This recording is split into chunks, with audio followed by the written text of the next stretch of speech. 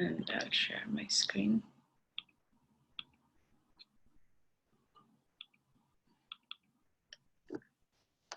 Okay. Hello, everyone. Today we will be discussing the problems that are tagged under 13th Feb. The first problem, the problems are in the pattern in the form of easy, medium, and hard, one of each kind. So we will start with the first one, which is find pivot index, which is under the easy category. Can everybody see my screen? If anybody can confirm that. Yeah, I can see it. Okay, cool. So we'll start with find pivot index. The question goes, given an array of integer nums, write a method that returns the pivot index of this array. Okay, so what is a pivot index? Pivot index is the index where the sum of numbers to the left of the index is equal to the sum of the numbers to the right of the index. If no such index exists, we should return -1. If there are multiple pivot indexes, then you should return the leftmost pivot index. So for example, they have given a nums array, which is in the form 173656. Okay, and if we and the output is 3 because that's the index. So if you look at 0, 1, 2, 3, if the pointer is at number 6, which is at the third index, the sum of the numbers to the left of that index, which is 1 plus 7 plus 3 is 11, and the sum of the numbers to the right of that index, which is 6 plus 5, is also 11. So you return the index and not the number. Okay, and yeah, that is the question. And they also want us, if there are multiple such indexes, then you have to return the leftmost index. Okay. So the second example that they have over here is with numbers 1, 2, 3.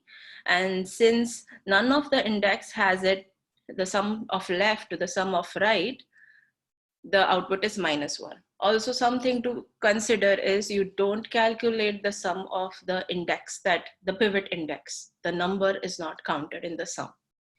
So this is the problem. Has anyone solved it? Yeah, I solved this problem. So basically what I did is, so I first took a sum of all the elements in the array, Mm-hmm. right? Right. And okay. And then what I did was, like, I made a variable to keep track of the sum, which is of the left side of the current element that I'm checking. So I Okay. initialized a left sum variable with 0. Mm-hmm. And then, so basically for the 0th index, the left sum is 0, and we consider whatever the sum is on the right sum. So what would be the right sum of the 0th element is, like, we'll subtract this element from the total sum of that we have already computed.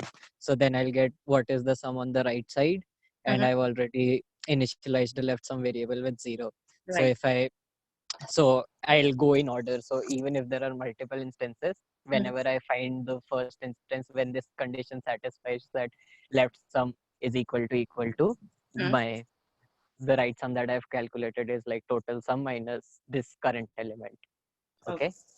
Okay. And then what I do is, after this iteration, what I'll do is I'll subtract the current element from the total sum, Mm. because after that it won't take part in the right sum element, right? So then I'll update the total sum is equal to total sum minus the current element, and I'll add the current element in the left sum. Mm. So I'll know at each instance when I check for every index, I'll know what is the sum on my left hand side, and I can easily find the right sum with my updated total sum minus the current index. So whenever at first I find this to be equal, I'll just return the index. Yeah. I kind of followed the similar approach. What is the time complexity of the problem that you solved? So what I'll do is I'll need to, like, calculate the total sum of the array, which is an O of n operation. Mhm. And then for every like element, I'll need to check whether this is satisfied or not. So that would be an O of n operation. But because I'm calculating all the sums in a constant time, so it's just at worst case, I'll need to check for every element if the let sum is equal to the right sum or not. So it will be O of n Yeah, then, or a yeah, constant to n. yeah. It will be O of n because I'm actually pre-computing the total sum and I'm iterating, like checking each element at most once I'm touching, because I'm updating my sum variables in constant time. Okay. And no extra space used, right? Yeah, it's constant space. It's constant space. Okay. Okay. Any other approaches, as if anyone has attempted?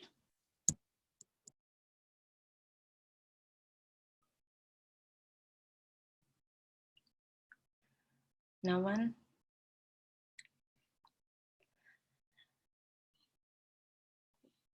Okay, I think even I solved in the same approach pretty much. So um, should we move on to the next problem? Any questions on this approach?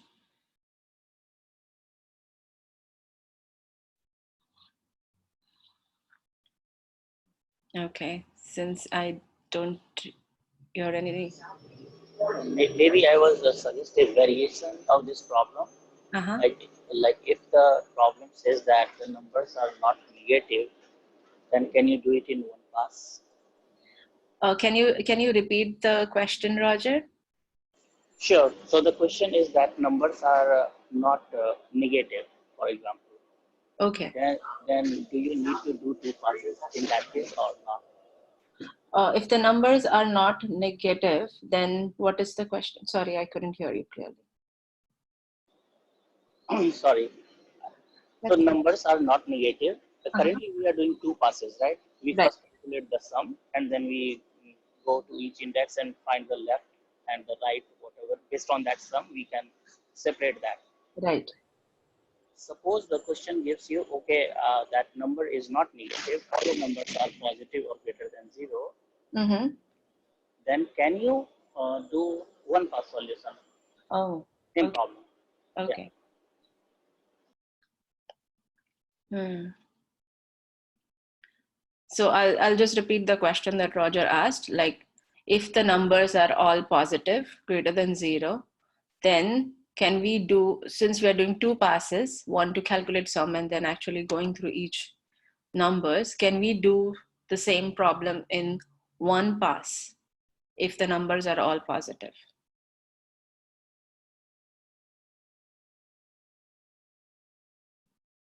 Hmm.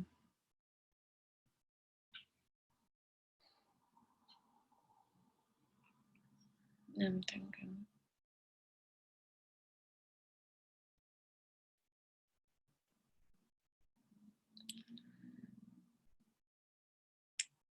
Roger, I guess you know the solution to the question you are asking. Who knows the solution? Sorry, I don't know the solution. I just asked. Oh, okay. Okay. Yeah. So like, Can we think in terms of binary search? If we have the cumulative sum array, can we think in terms of binary search? But the array is not sorted, Right. so we can't do binary search. So I don't need a sorted array. A sorted array will be a cumulative sum array, right?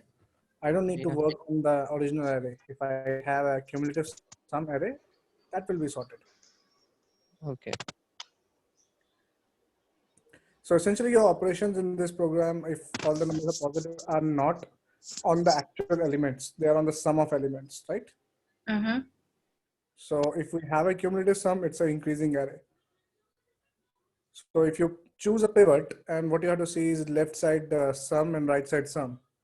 If left side sum is greater than right side sum, definitely you have to move to the right side, right? To increase the, sorry, you have to move to the left side to increase the size of the right side so that the sum becomes equal or closer to equal. And if you reach a point where you can find the sum of left segment and right segment equal. That's your answer. The problem that I see with this is like if there are multiple instances of the pivot, so if you find it on the midpoint, but there also exists a like point on the left part of the site, so how do you handle How will you that? find how will you find multiple pivots? Can you give me an example where you have multiple pivots? The elements are If, zero if after a point. Elements are zero after a point, so that's you what can the always. condition was. If you have Huh? all elements greater than 0, that's what the initial statement was. Okay, I thought only positive. He Even if said positive. even if you have some zeros, that doesn't matter. You'll reach one point where you will have equal, right? You don't need to find all the pivots. You need to find one pivot. But we need to find the leftmost pivot, I guess. So like Is if it- Mhm. And okay, so in case of leftmost pivot, it will be similar to having the floor of problem or seal of the problem. So you have to find the element which is less than or equal to the current element which you have to find, maximum element which you have to find.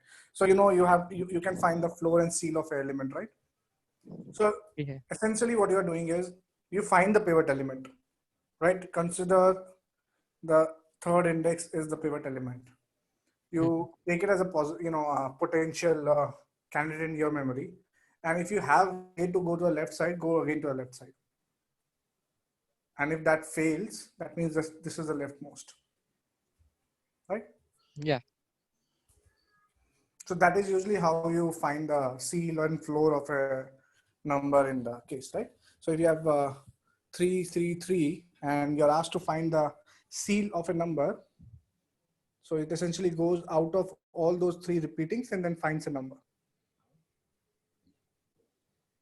Even if you do the binary search, that's not a single path, right? Because every index you find, you have to search, you have to find the sum on the left and the sum on the right. So that's not a single path. All right, you're right. Yeah, so I was expecting can you use 2 pointers for this, like start with left and right, just traverse. If left is smaller than right, keep adding left index, and if right is bigger than right is smaller than traverse in the opposite direction as soon as they match. I haven't solved it, so I'm not sure, but I think that should work in one pass. So it works. But it'll again be O of n. I don't think we can do it faster than that. No, it's O of n. We were thinking of one pass solution. We can't make it better than O of n, I guess, right? Right. Yeah, even with cumulative sum, we have to add all the elements. So, Correct. yeah. Go ahead. Yeah, that was just a question which come while I was listening to this. So with binary search, we still can do in single path, right? Because Right. if we keep track of the previous pivot that we use, right, and we already know that sum, then potentially we could do in single path.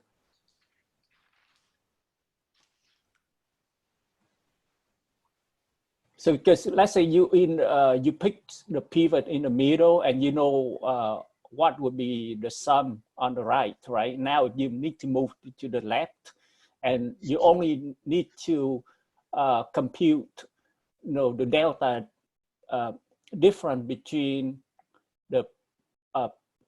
the previous pivot and the new mid index.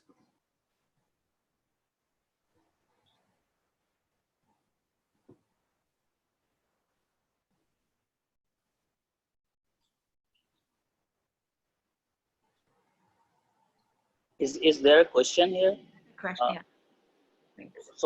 So I don't know, like if you are thinking about binary search, then you have to find a monotonically increasing or decreasing function. But to generate that, you have to waste one pass already, right? because, and then you are already using that one pass, and then you can do binary search. That is okay, but you are not doing one pass solution. I mean, the problem I was specifically asking, can we do it in one pass? And that's why, like, I was thinking about a two-pointer approach.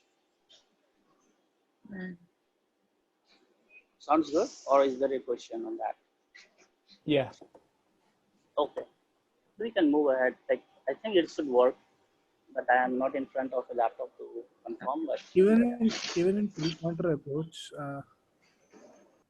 I'm not sure how that will work. So if you have, suppose, then yeah, just put one example. We can walk through this in real time. It shouldn't take too long. I'm not on my laptop, so I cannot share. We can, yeah, with the same example we can put, like, and let's try that. You want me to use whiteboard?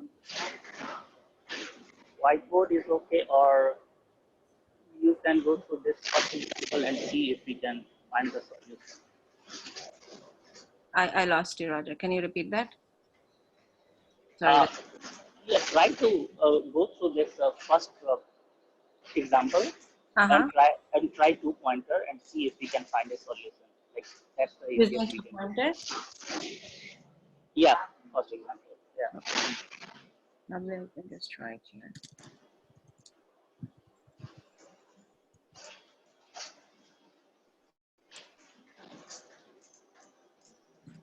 Okay. And so let's say our I is at 0th index. So I is starting at 0, and the second pointer is starting at the end of the array. Is that correct? Yes, yes, yes.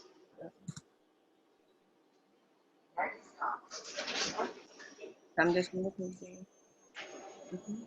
and we are calculating sum throughout.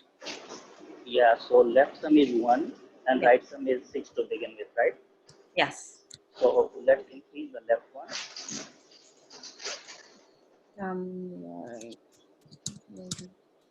6, and then you increase the left sum to 1 plus 7, that is 8. Right. And the sum of right would be 11. 6 plus 5, 11. So now increase the left one. And the left one goes 8 plus 3, 11. And so when do you move the right pointer? What is the condition? So at this point of time, the distance between them is what? 1, right? So I was at 3. So we have a, like, we are standing at a point where, like, everything towards left has been calculated and right. So you have that. But the question is, what if, like, there were a couple of more items, right? Mm-hmm. Right. So what decision we can take in that? I would suggest move in that case right pointer, because we are planning to get a solution where we want the leftmost solution, right? Out of all the possible solutions. That's correct. So we will take that decision. Mm-hmm. And then hopefully if there is a solution, we should be able to get it.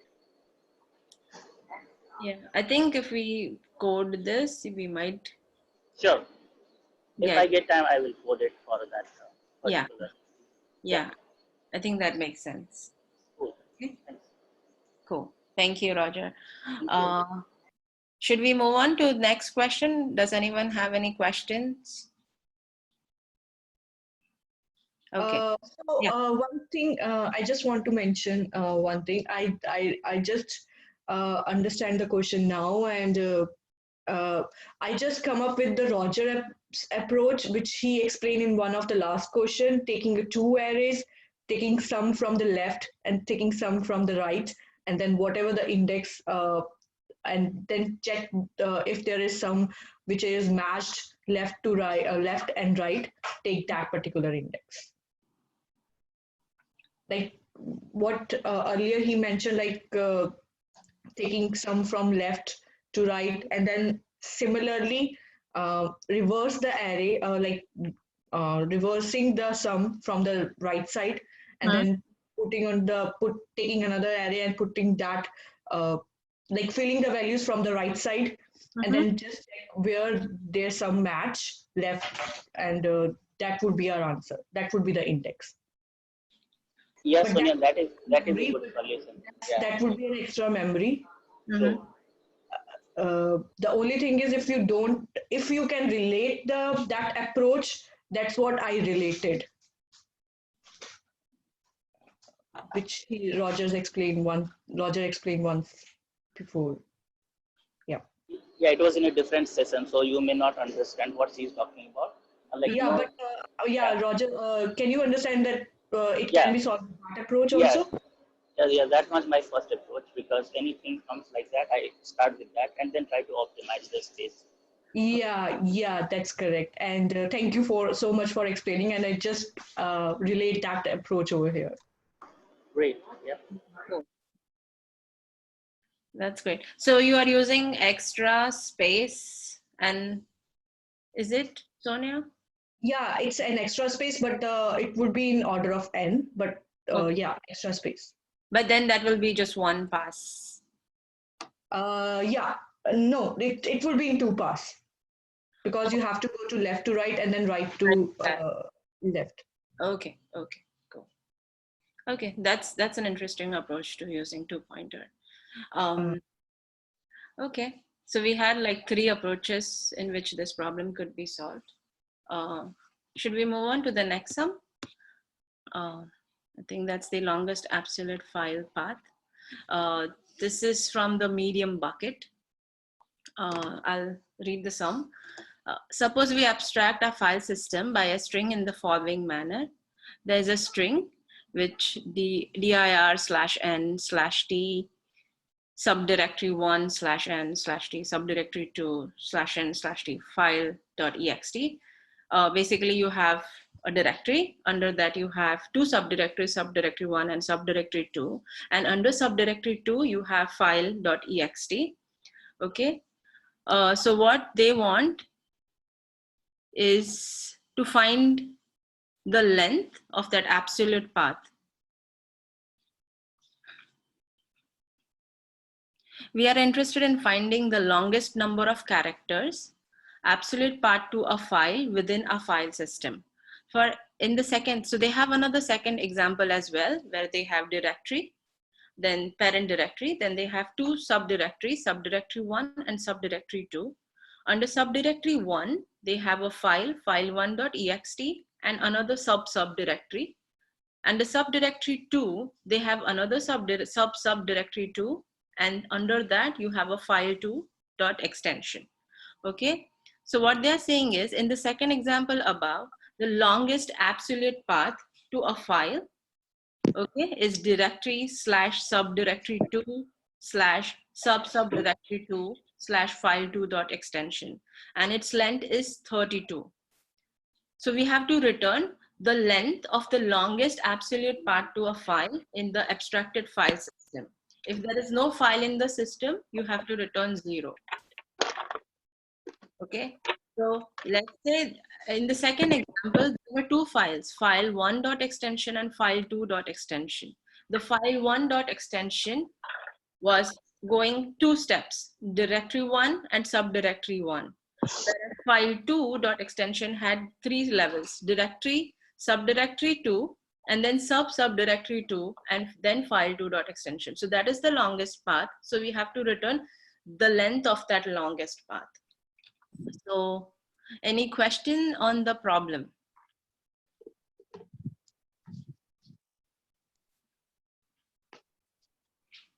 I will take that as no question. Has anyone solved this? Any approaches? I tried one approach, but I had one problem with that, but I'll still discuss what I tried. Okay. So what I did was, like, I kept track of a level variable, right? Which is the directory level that I am, which initialized with 0. So what I did was, after finding, like, after like every /n, like I am keeping a stack of what current folders that I am gone into. So let's say at first I'll just push dir. Okay. Then after the first slash n, I'll increase. If I see, like, I know because of the format of the string, like the path goes like, it goes like first you go down, it's a traversal kind of a thing, so you go bottom. So after this I find the level which increases. So let's take the first example. So I see slash t, so I push the sub dir 1 into the stack. Okay, now my level is 1. Okay, so if I if if I want to go deeper, so I'll need to see there should be, like, it should be in the second level. If there is a file in the second level, there would be 2 slash t's. But so in the next part of the string I see only 1 slash t, so I pop that out because I haven't reached to an end terminal condition, which is like having a file named, having a string which contains a dot ext part. So I'll pop that out, and then I'll push sub dir 2. Okay. And then when after that I'll see that the level is correct. So now my level should be 2, and I see 2 slash t's in it. Okay. And then after that, if I find a terminal condition, I'll keep popping this whatever is in my stack, and I'll keep on summing the count of the length, whatever the length is, and I'll store it as a max. Okay. And if there is still string beyond that, I'll be at that level from where I need to push the child of the next directory.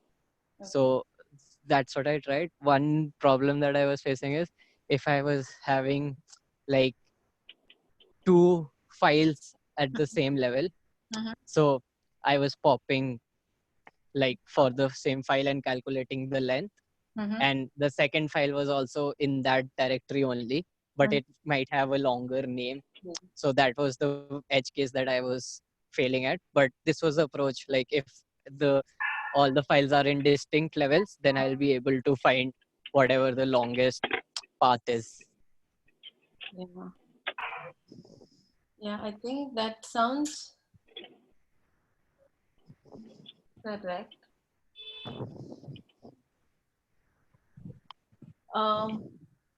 I haven't solved this sum, but I was thinking of another approach, but I want to see if other people have solved using any other approach.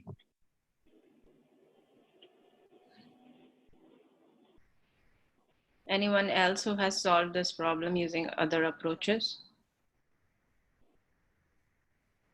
Or want to elaborate more, how can we solve this edge case?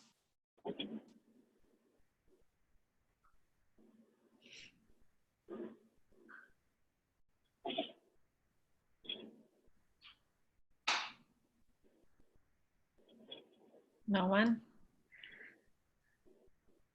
Okay, the way I was thinking was actually calculating the absolute path every time. This is a naive approach because stack didn't come to my mind immediately. So what I was doing was actually calculating the absolute path for each file, okay, and then comparing the lengths. That was my idea. I started solving, but I was getting stuck at multiple places. But that was my approach for this problem. But I did see a lot of people using stack in Discuss.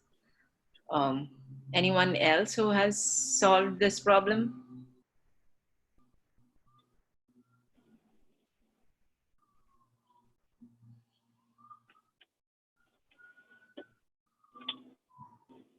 No one? So stack definitely makes sense because of, the any file like which has .txt, it needs to know the length till its parent for sure, and you can store that in your stack when you are working on that any particular file. So approach wise, I think it looks good to me. Uh, I don't know what was the uh, edge case. I couldn't follow that path, unfortunately. I have solved long So time back.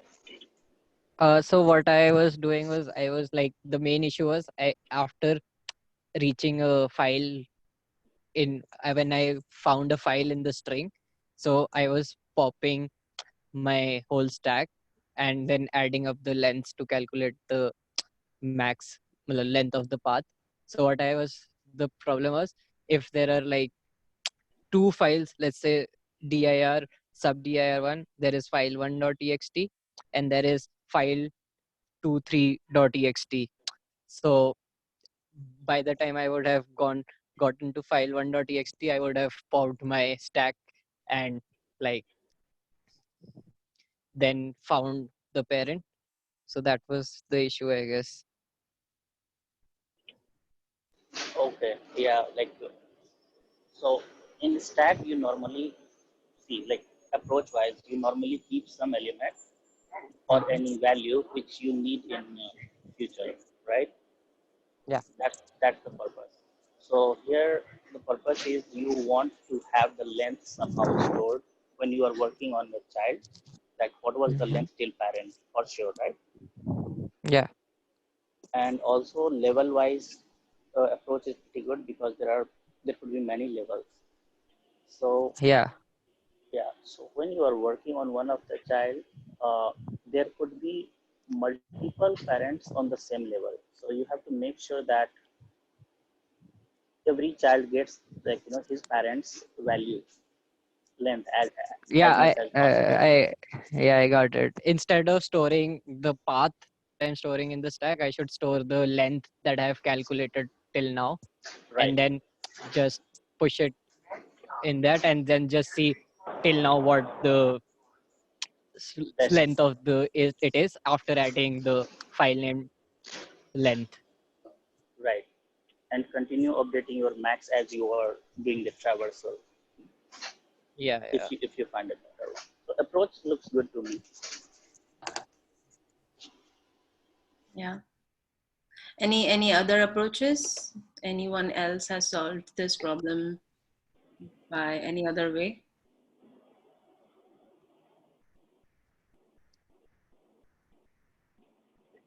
Okay, I guess no response. I'll take this is our approach. What will be the time complexity of the solution that you recommended? I'm just iterating over the string. So like internal, like I'll need to check like if the next string is /n, or like I just need some pattern matching things. Yeah. Like that's the only time complexity, but it's O of n only. If Yeah. I find a backslash, then I check the next character if it's a slash, and a lot of switch cases there, but it's a single. I'm just going through all characters once only. Yeah. Okay, that makes sense. And since you are and the O of space complexity would be O of n, like it could be continuously directories, subdirectory, and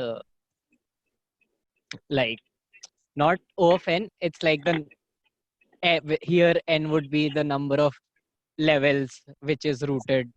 The file is rooted in. okay. So you could keep pushing those directories into the stack, subdirectories.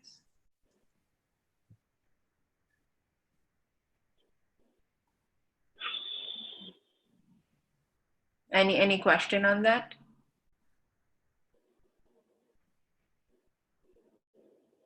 Now I guess I'll move to the next problem from the hard bucket, that is remove invalid parenthesis.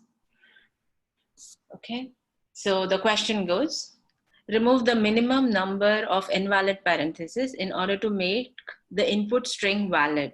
Okay, so return all the possible results. Note the input string may contain letters other than parentheses. So what's a valid input string? An opening bracket should be accompanied with a closing bracket. There should be equal number of opening and closing brackets. For an example, the first input has an opening followed by a closing, and then open, close, and then another close, and then an open close. So the possible solution would be to remove that extra closing bracket, or to add another extra opening bracket just outside of it. So, and to add another level of complexity, they have also said that to include characters. It can include characters as well. So second example has an A in between opening and closing bracket. And the second is again open close with just a single close bracket, which is an extra invalid bracket. And then another pair of open close. So the way we can output this is either remove that invalid closing bracket, or you add another opening bracket at the beginning so that it becomes a balanced valid parenthesis. And if Seems like we don't want to add a new one. It is remove. we just remove, Yeah, or it says like remove the minimum number of invalid parentheses. I don't think so we want to add it. add anything. Okay, sorry, my bad. We just want to remove the invalid ones. So in the second example, we are removing the closing bracket at A to make it valid. Okay. For the third example, one is closing and the other is opening. So as someone mentioned that we only have to remove it. Yeah, that makes sense now. So we just remove both the brackets because there is nothing to balance them. So the output is an empty array. Has anyone solved this approach? Solved this problem? So I think I have an idea here Yes, of course. where it looks like I think we have discussed something similar before also, where we are, because this is something relates to minimum things like minimum steps or something doing on a minimal pace. So something on an intuition side, a breadth-first search could help, because using breadth-first search you can derive something with minimum steps. So here, what I am thinking, like if you put the first string in the queue and then start removing one bracket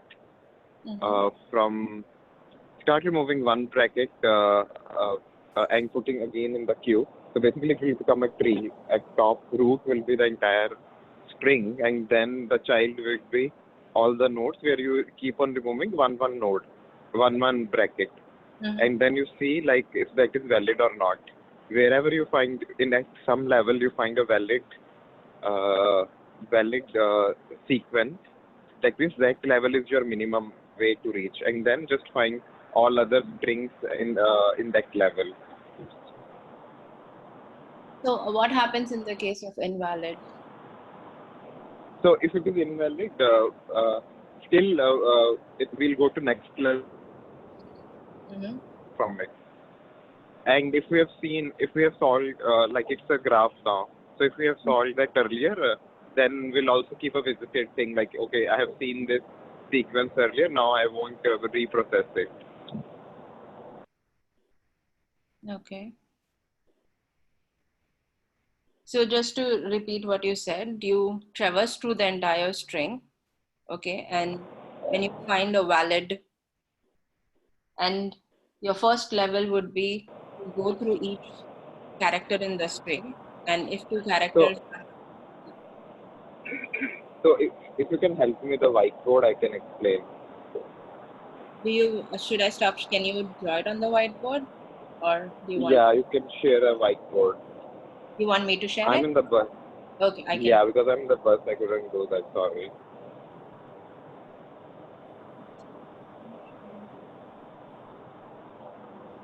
Okay, I have whiteboard and... So if you put that first example. Okay. Can someone tell me what the example is?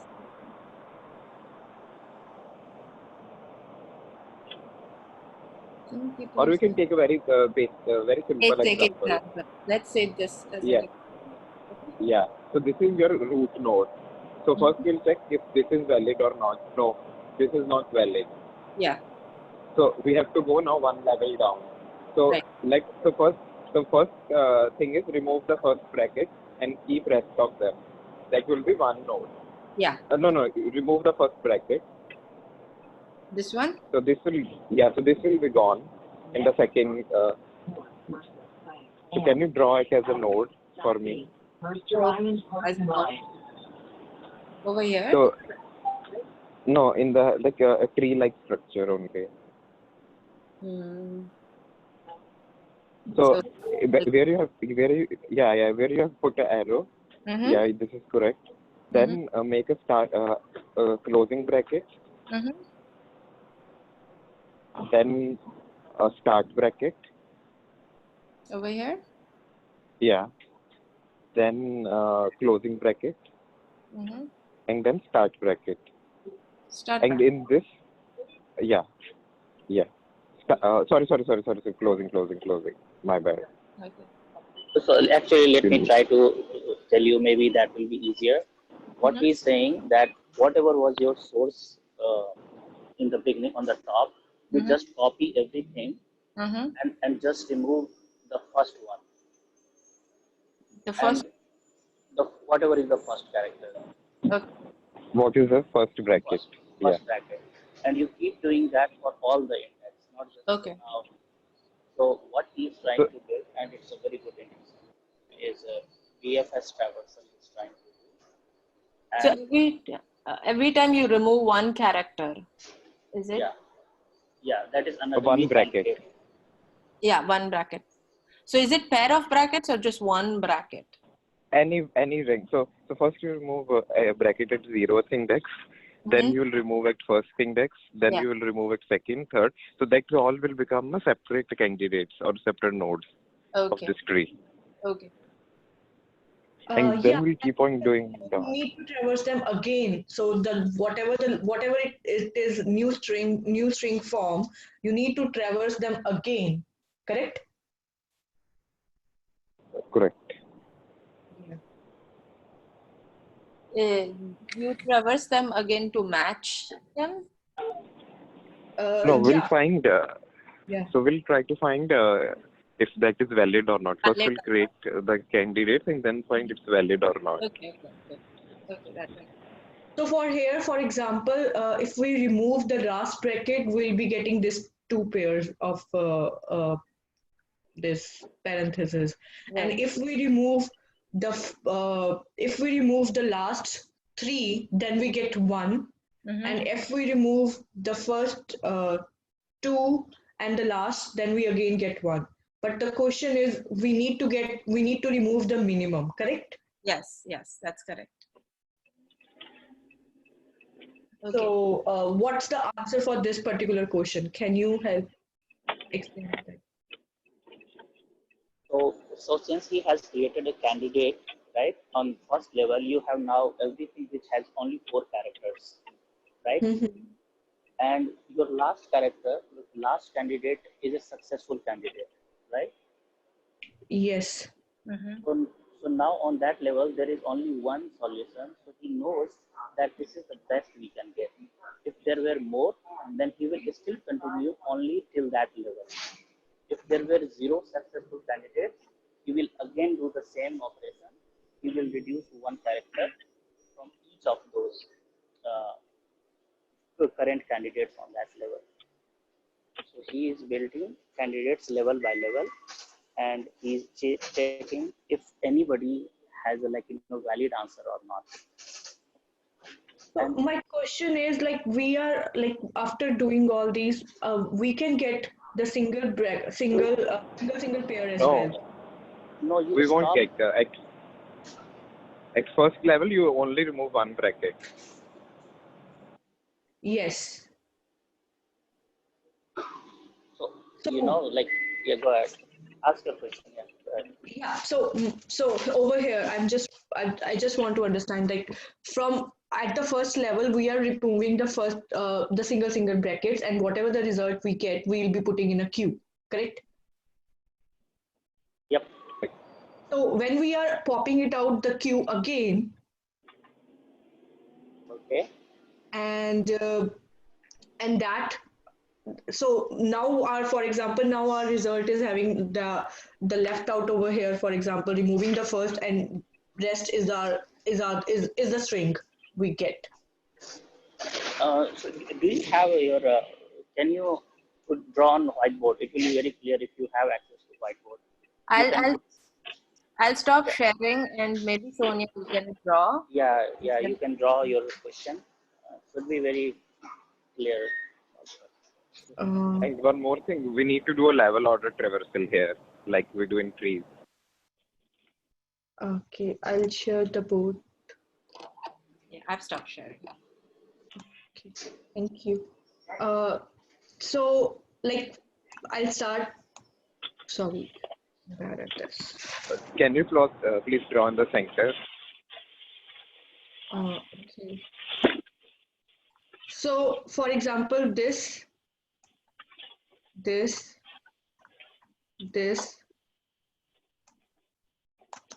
was the question.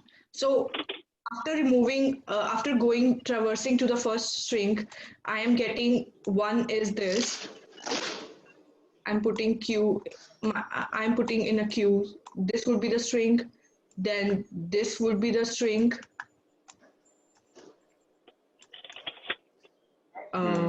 And then, sorry, this is a comma. And then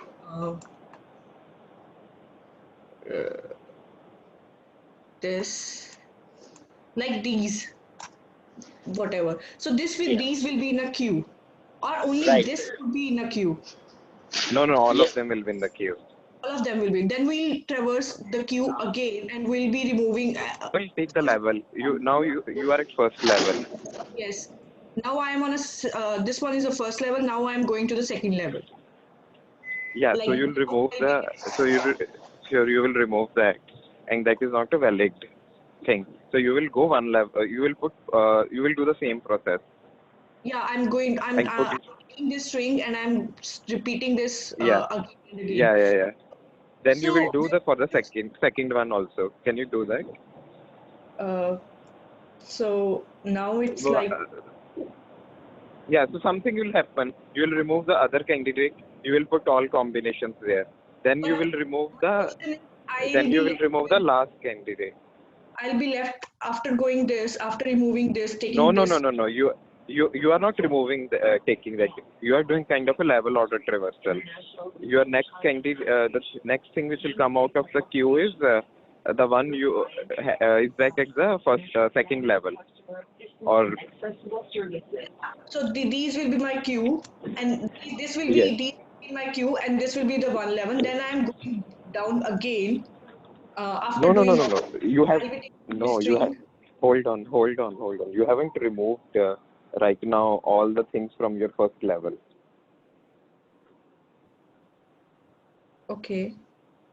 So at your first level only, if you see, the last one is a valid parenthesis, and then you'll stop. You won't go and process everything in the queue. Let me try to clarify maybe. So Sonia, can you see whatever is on your second level? Just look at the leftmost guy, right? Yes. It will give you maybe 3 more candidates, right? Mm-hmm. That will be you will include in the queue for sure, right? But you are not doing them first, so you will not evaluate them now because you added the back of the queue. So now you will start working on the second guy on the second level.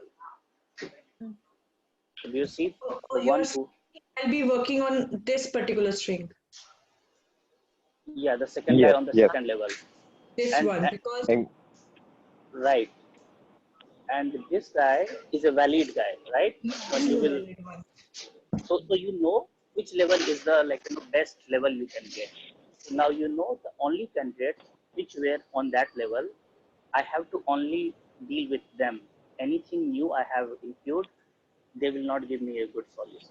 So we will just ignore them. Got it. They can give so they can give you a good solution might be, but you want to remove minimum, and the minimum part is at this level only.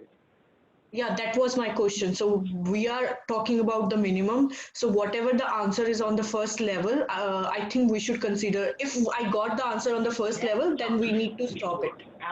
Yes, you need to stop, and but you might want to look for all. So, but you want to process all the candidates at that level. There could be some other guy at that level which is also valid. Yeah. So you won't. In that particular, for example, in that particular level 1, I can get 2 more like valid parentheses. So these would be my answer. But if if I got the answer in the first level, I should not proceed further. Yes, yes. So if you are doing something like level order traversal, and at some level you got the answer, you don't go to the next level. That's it. You break it out from the loop. Okay, got it. Yeah, that was my question. Thank you. Okay. That was a good approach. What is the time complexity for this solution? This would be really crazy. Like we're trying all combinations at every level. So your function is like, just to check whether it is a valid guy or not. And if we denote like n as your string length to start with, is O of n, right? Right. And then every level, now the next level has how many candidates? It's like if there were 5 characters, there were 4 such new candidates, right? Yes. And so you are choosing one character at a time to delete. So you can say NC1 is the number of ways in which you can choose that character whom you are deleting, right? And into n-1 is that level's complexity, because for all of them you will do O of n-1 validity check, right? Yes. Next level, it will be NC2 into n-2. So this will be a mathematical equation which will evaluate to something like exponentially, I think something like 2 to the power n-1 into n, something like that. I think I forgot the exact formula. Actually, if you expand 1 plus 1 to the power n, it has some mathematical formula like that. Okay. And we are also using a queue. Yes.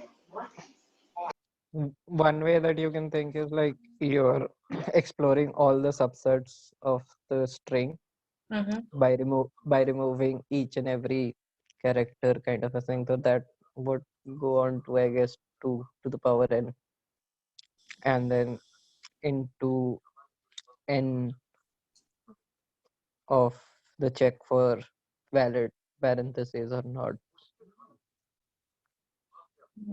Yeah.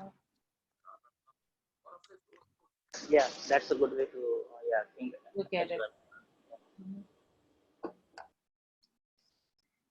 Yeah. So this was the BFS approach. Any questions on this? Anyone?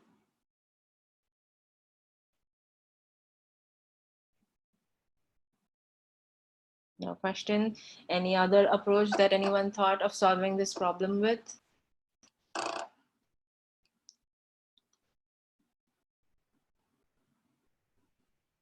No. No question? Okay. I guess this was the last problem of the group. So any questions on any of the problems that we discussed today? Any approaches?